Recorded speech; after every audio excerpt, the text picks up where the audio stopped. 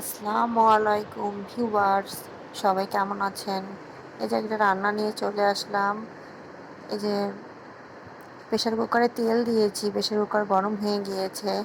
এখন সব মশলা দিয়ে দেব ব্লেন্ডার করে।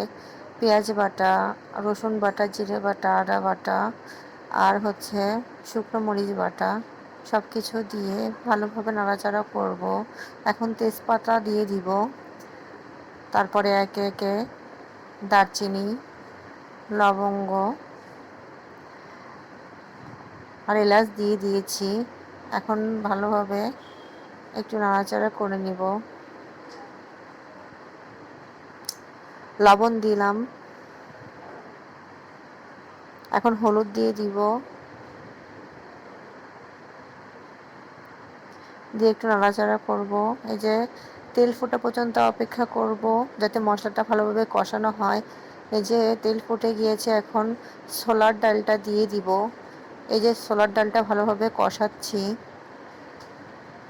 ভালোভাবে কষানো হয়ে গেলে তারপর নারকেলের দুধ দিয়ে দিতে হবে। আমি ছোলার ডাল দিয়ে নারকেলের দুধ দিয়ে রান্না করব, ডিম দিয়ে। এই যে এখন দিয়ে দিলাম নারকেলের দুধটা।